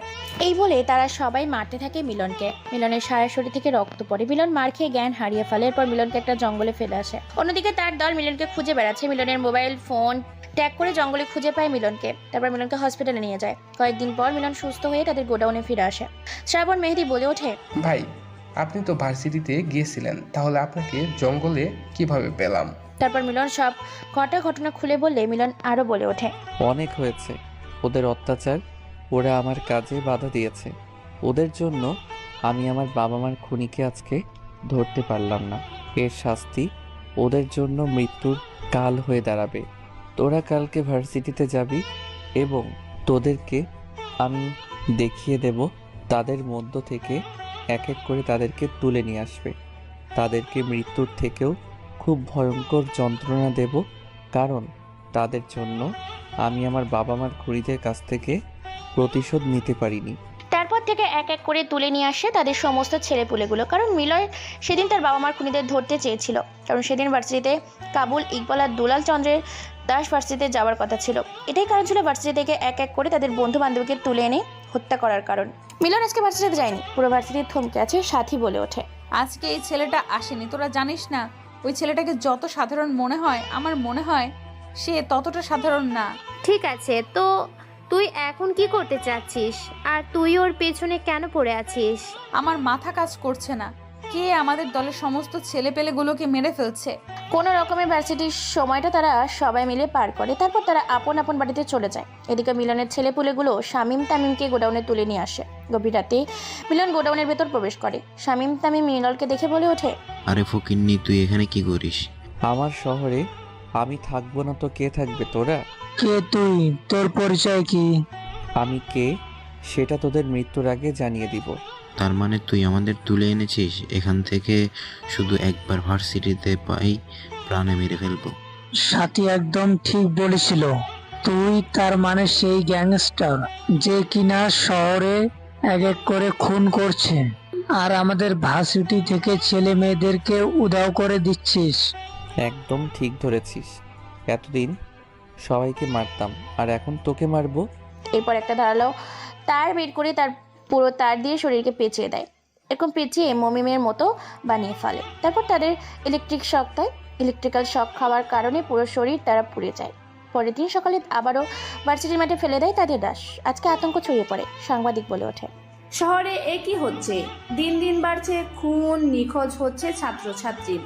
পুলিশ, আইন বাহিনী, বিভিন্ন গোয়েন্দা বিভাগেও কোনো কিছু করতে পারছে না এই গ্যাংস্টার বা খুনি তথ্য ফাঁস করতে।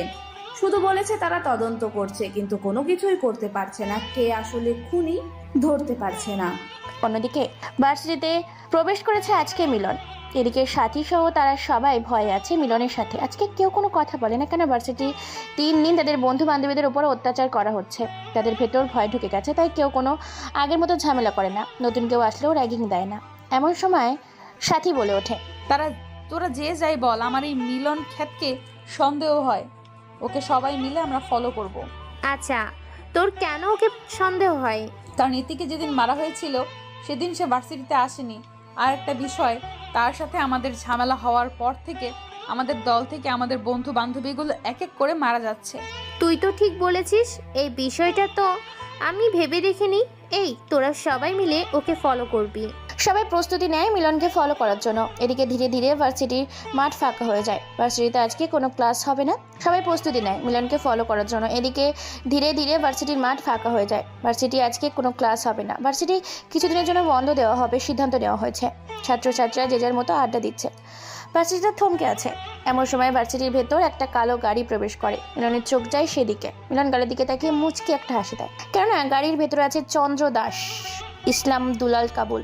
তারা গাড়ি থেকে নেমে সরাসরি চলে যায় প্রিন্সিপাল রুমের ভেতর। অন্যদিকে মিলন গুটি গুটি পায়ে রওনা দিয়েছে প্রিন্সিপালের রুমের উদ্দেশ্যে।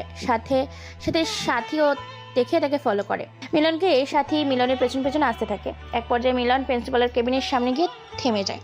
জানলার ফাঁক দিয়ে দেখে তারা কথা বলছে। উপস্থিত ইসলাম বলে ওঠে, এই প্রিন্সিপাল, এখান থেকে ড্রাগস স্মাগলিং করাটা সবচেয়ে সহজ। কতদূর মাল সাপ্লাই দিলি?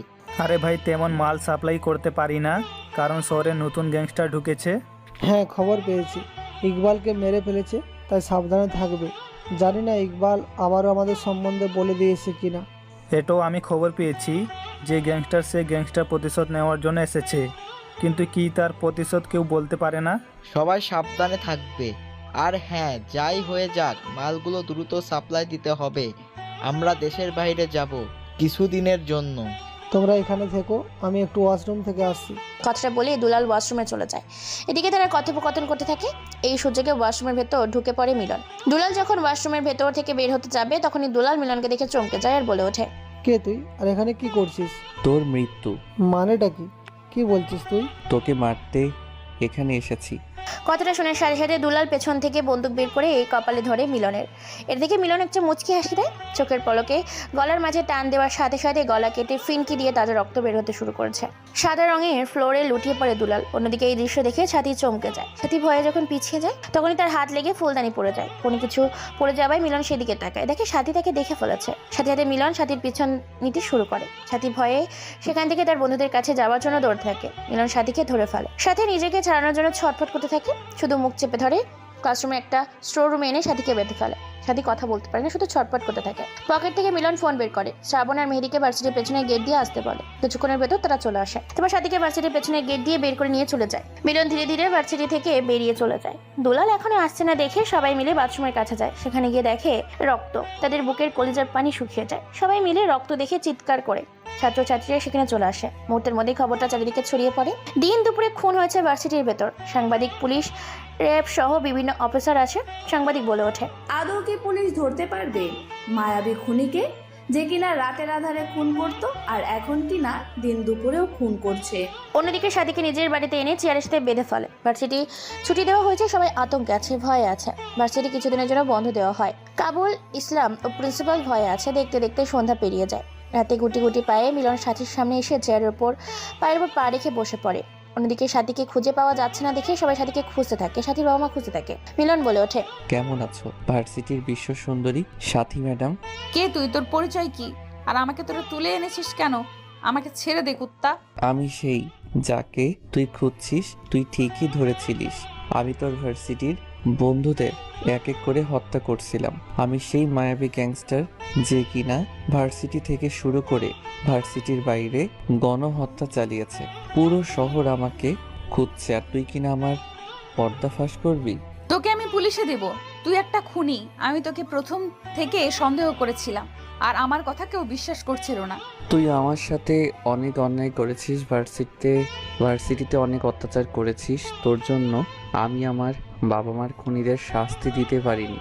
এই জন্য তোকে চরম শাস্তি পেতে হবে। শুধুমাত্র এর জন্য তোর বন্ধুদেরকে আমি মেরেছি, কারণ তোরা যেদিন আমাকে সেই রোদের মধ্যে দাঁড় করিয়ে রেখে জঙ্গলে ফেলে দিয়েছিলিস, সেদিন আমি ভার্সিটিতে আমার বাবা মার খুনিদের হত্যা করতে এসেছিলাম, কিন্তু তোদের জন্য পারিনি। তাই তোদেরকে এখন মরতে হবে। প্লিজ তুই আমাদেরকে ছেড়ে দে। আমি কাউকে কোনো কিচ্ছু বলবো না। দেখ, ওদের তিনজনকে তো আমি মেরে ফেলবো, কিন্তু তোর বন্ধুদের বাঁচাতে হলে তোকে যে কষ্ট করতে হবে, কারণ তুই ভার্সিটিতে অনেক অন্যায় করেছিস। অন্যায়ের শাস্তি তোকে পেতে হবে, আর সেটা হলো চরম শাস্তি। তোর বন্ধুদেরকে বাঁচাতে হলে তোর সব কিছু আমার কাছে বিলিয়ে দিতে হবে নিজে থেকে। আমি তোকে জোর করে রেপ করব না, বরং তুই নিজে থেকে তোর সব কিছু আমার কাছে উজাড় করে দিবি। এটা কোনোদিন করব না। আমি তোর মতো একটা খুনিকে আমি কোনোদিন আমার কাছে আসতে দিব না। তুই তো এখানে সারা জীবনের জন্য তিলে তিলে অত্যাচার সহ্য করবি। শুধু শুধু তোর বন্ধুগুলো তোর জন্য প্রাণে মরে যাবে, এটা কি তুই চাস? প্লিজ তুমি ওদের সাথে কোনো কিছু করিও না। ওরা আমার কথায় সব কিছু করেছে। তোমার যা শাস্তি দেবার তুমি আমাকে দাও। তোর বন্ধুদেরকে বাঁচাতে চাইলে আমি যা বললাম তোকে তাই করতে হবে। সাথী আর কোনো উপায় পায় না, পুরো রুমের দরজা জানালা বন্ধ করে দেয়। তারপর মিলন সাথীর বাঁধন খুলে দেয়। তারপর সাথী নিজেই সবকিছু খুলে মিলনের কাছে নিজেকে উৎসর্গ করে দেয়। মিলন নিজের মতো করে সাথীকে ভোগ করতে থাকে, যাকে বাংলা ভাষায় বলা হয় ধর্ষণ। সাথী প্রায় কেঁদে ফেলেছে আর অত্যাচার সহ্য করতে পারছে না। মিলন সাথীর ওপর থেকে নেমে গিয়ে চলে যায়। বিছানার উপর রক্তাক্ত শরীরে পড়ে আছে সাথী। খুব কষ্ট করে বিছানা থেকে উঠে সাথী ওয়াশরুমে যায়। তারপর ফ্রেশ হয়ে আছে, সাথে হাঁটতেও পারে না, খুব কষ্ট হচ্ছে তার। এমন সময় রুমের ভেতর দুজন মেয়ে প্রবেশ করে। মেয়েরা বলে ওঠে, ভাবি এটা আপনি খেয়ে নিন, ভাইয়া বলেছে আপনাকে সম্পূর্ণ খাবারটা খেতে। আর হ্যাঁ, এখানে কিছু ঔষধ আছে, এগুলো আপনাকে খেতে বলেছে। আপনার জানোয়ার ভাইকে গিয়ে বলে দেন আমি কোনো কিছু খাবো না। ভাবি এরকম করবেন না, ভাইয়া রেগে গেলে সব কিছু ধ্বংস করে দিবে। আমাদের ভাই খুব ভালো, আপনি ভাইকে ভুল বুঝবেন না। ভাই হয়তো আপনার সাথে অন্যায় করেছে, কিন্তু আমরা সবটাই জানি। আমাদের ভাই অনেক ভালো মানুষ, ওনার মতো মানুষ হয় না। অমানুষকে কখনো মানুষ বলা যায় না। আপনি কি জানেন আমাদের ভাই এই শহরে 2টা বৃদ্ধাশ্রম, 2টা অনাথ আশ্রম, কয়েকটা হসপিটাল, সাথে স্কুল ফ্রিতে চালায়? আপনি হয়তো জানেন না, উনি আমেরিকায় লেখাপড়া করেছেন। ওনার বাবা একজন মন্ত্রী ছিলেন, কিন্তু ওনার বাবাকে কিছু অসাধু লোক খুন করে। খুনের প্রতিশোধ নেওয়ার জন্য উনি দেশে এসেছেন। এসব কিছু শুনে সাথী অবাক হয়ে যায়। সাথী কিছু বলতে যাবে, এমন সময় রুমের ভিতর প্রবেশ করে মিলন। মিলনকে দেখে মেয়েগুলো চলে যায়। খাবারগুলো খেয়ে নাও। সাথী মিলনকে দেখে ভয়ে কিছু বলে না, খাবারগুলো খেয়ে নেয়। তারপর মিলন সাথীকে খাটের উপর এনে ফেলে। তারপর পিঠের ওপর থেকে কাপড় সরিয়ে দিয়ে মলমটা লাগিয়ে দিয়ে সেখানে থেকে বেরিয়ে পড়ে। সাথী অবাক হয়ে যায়। তারপর চলে আসে বাড়িতে। বাড়ির পাশে গোডাউনের কাছে। গোডাউনের চেয়ারে বাঁধা রাখা আছে প্রিন্সিপাল আর দুলালকে। মিলন এসে বলে ওঠে, কোনো কথা হবে না, এখানে ওদের মুখের ভেতর কাপড় ঢুকিয়ে দে, পায়ের রগগুলো কেটে দেই। কোনো রকম কথা ছাড়াই তাদের হাতে ও পায়ের রগগুলো কেটে দেয়। তারপর আগুনের কয়লায় তাদের গা দুটোকে রেখে দেয়। পা দুটো পুড়ে মুহূর্তের মধ্যে ঝলসে গিয়ে মাংসগুলো সিদ্ধ হয়ে খসতে শুরু করেছে। এরপর মিলন একটা গরম লোহার শিক এনে হাতে নিয়ে কানের এফোর ওপর ঢুকিয়ে অন্য পাশ দিয়ে বের করে দেয়। তারপর নাকের ভিতর লোহার রক ঢুকিয়ে দেয়। মুখের ভেতর দিয়ে গরম কয়লার টুকরো ঢুকিয়ে দেয়। কাপড় ঢুকিয়ে দেয়। পুরো ভেতর পুড়ে গিয়ে ঝলসে যায়। মাথায় মগজগুলো গলতে শুরু করেছে। চোখের ভেতরে অ্যাসিড ঢেলে দেয়। সাথে সাথে চোখগুলো গলে চোখ জায়গা থেকে খসে পড়ে।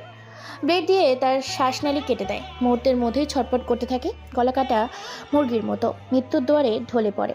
লাশগুলোকে ভার্সিটির মাঠে ফেলে আসে। তারপর মিলন চলে যায় সাথীর কাছে। সাথী মিলনকে দেখে বলে ওঠে, আপনি আমার কাছে আসার চেষ্টা করবেন না। এখন আর বিশ্ব সুন্দরী, তোমাকে কিছুই করব না। কাল রাতে আবার তোমার কাছে মজা নিব। এখন শুধু জাস্ট জড়িয়ে ধরে ঘুমাবো।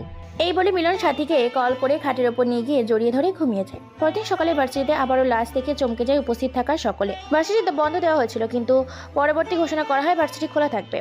প্রিন্সিপালের মৃত্যু আর ইসলামের মৃত্যুর কথা শুনে কবুল আর চন্দ্রদাস গোপনে দেশ থেকে পালিয়ে যায়। সাংবাদিক খবরটা ছড়িয়ে দেয়।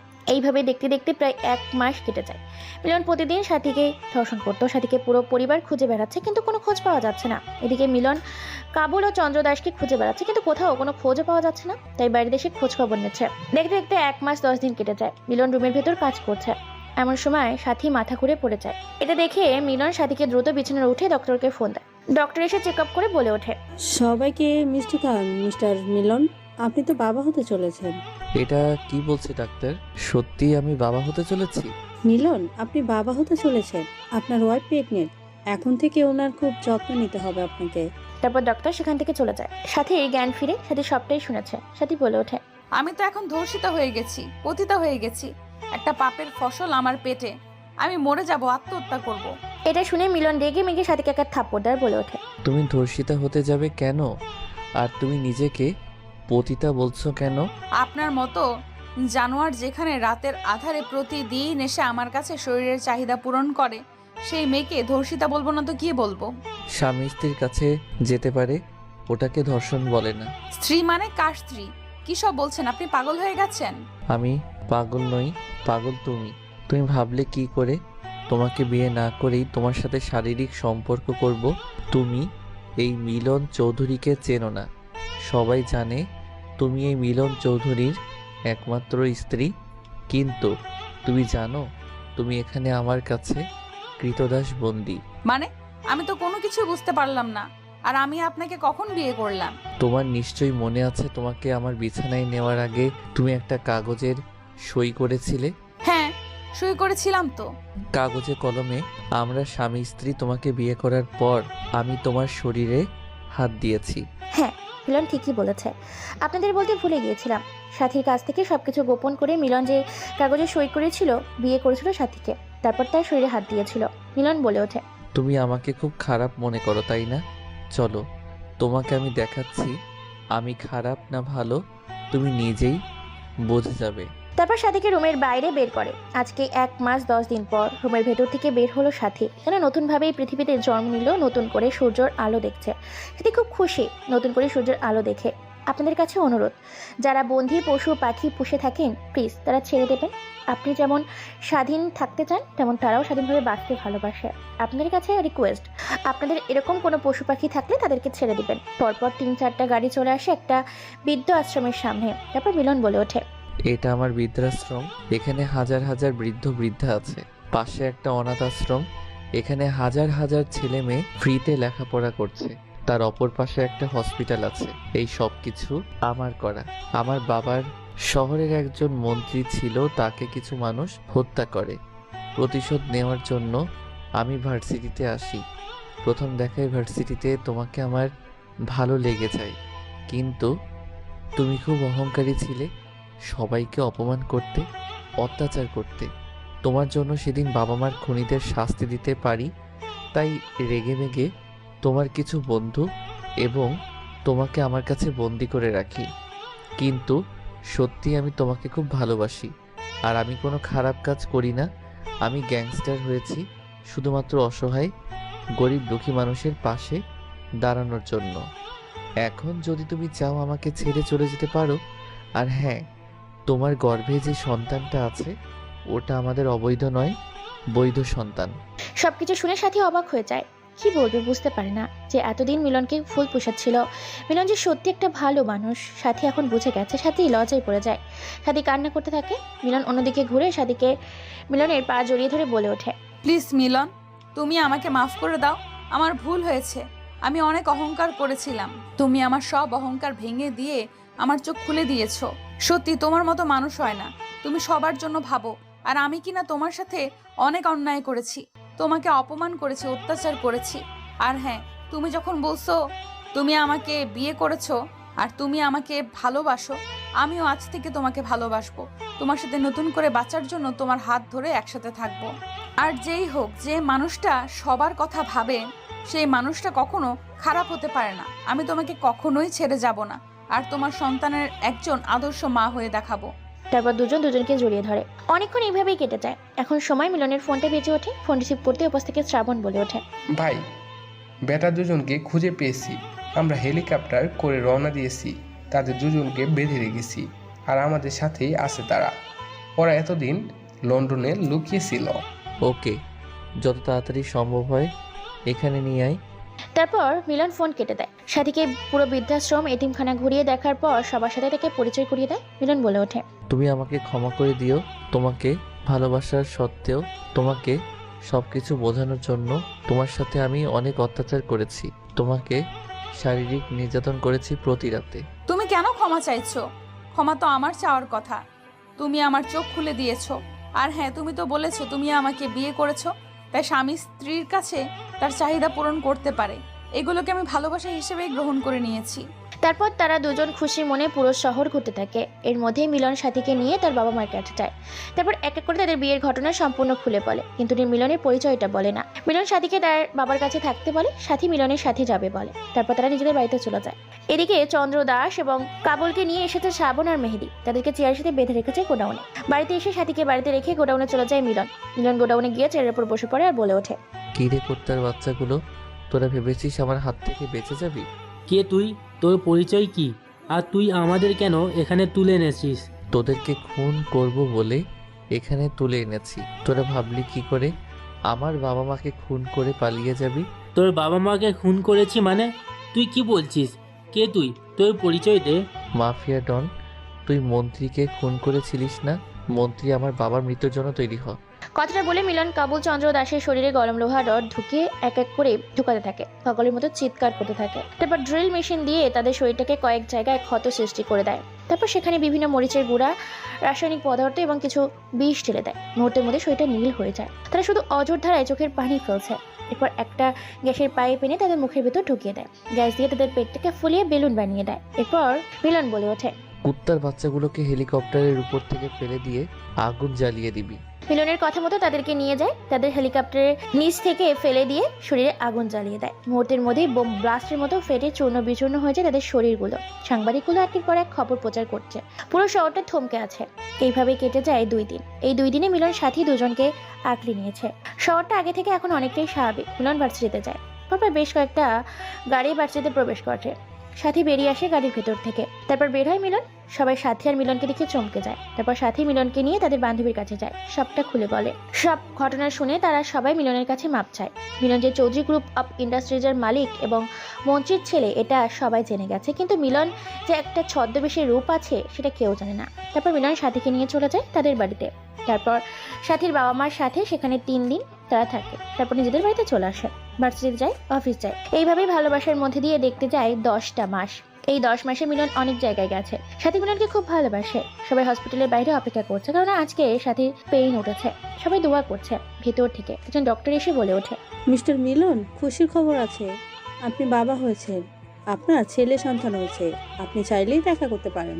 তারপর মিলন সাথীর সঙ্গে দেখা করে। তারপর নিজেদের সন্তানকে কোলে নিয়ে ঘুরতে থাকে। সবাই খুব খুশি। তারপর তারা বাড়িতে চলে যায়। নিজের সন্তান এবং সাথীকে নিয়ে মিলন খুব সুখে সংসার করতে থাকে। সাথী বৃদ্ধাশ্রম, অনাথ আশ্রম এবং হসপিটালগুলো মিলন পরিচালনা করতে থাকে। সাথী আর মিলন ভালোবাসার মধ্যে দিয়ে তাদের দিন কাটাতে থাকে।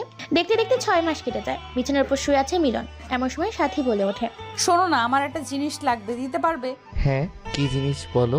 আমার যা কিছু সব কিছুই তো তোমার। না মানে আমার আরেকটা মেয়ে বেবি লাগবে, ঠিক তোমার মতো। কিন্তু তার জন্য তো আমাকে কঠিন পরিশ্রম করতে হবে। তাহলে আমি কি তোমাকে পরিশ্রম করতে মানা করেছি? তাই নাকি? তাহলে আলীর জন্য নতুন একটা বোন নিয়ে আসার জন্য পরিশ্রম করা শুরু করে দেই। আমি কি তোমাকে মানা করেছি আলীর বাবা? কি আর করব, আলীর মায়ের জন্য কষ্ট তো করতেই হবে। তাহলে শুরু করে দেই। কথাটা বলে সাথীকে নিয়ে ভালোবাসার সাগরে যেতে থাকে গভীর তলে। ধীরে ধীরে দুজন দুজনকে আঁকড়ে নিতে থাকে ভালোবাসার এক চাদরে। গল্পটা কেমন হয়েছে কমেন্ট করে জানাবেন। গল্পটা এখানেই শেষ করে দিলাম। আর হ্যাঁ, আমাদের চ্যানেলটি সাবস্ক্রাইব করে পাশে থাকবেন। বেশি বেশি করে ভিডিওগুলো শেয়ার করবেন, কারণ তোমাদের জন্য একটা সাবস্ক্রাইব আসে। যত বেশি শেয়ার করবে তার ভাগ্যে তত তাড়াতাড়ি ঘুরবে। ধন্যবাদ।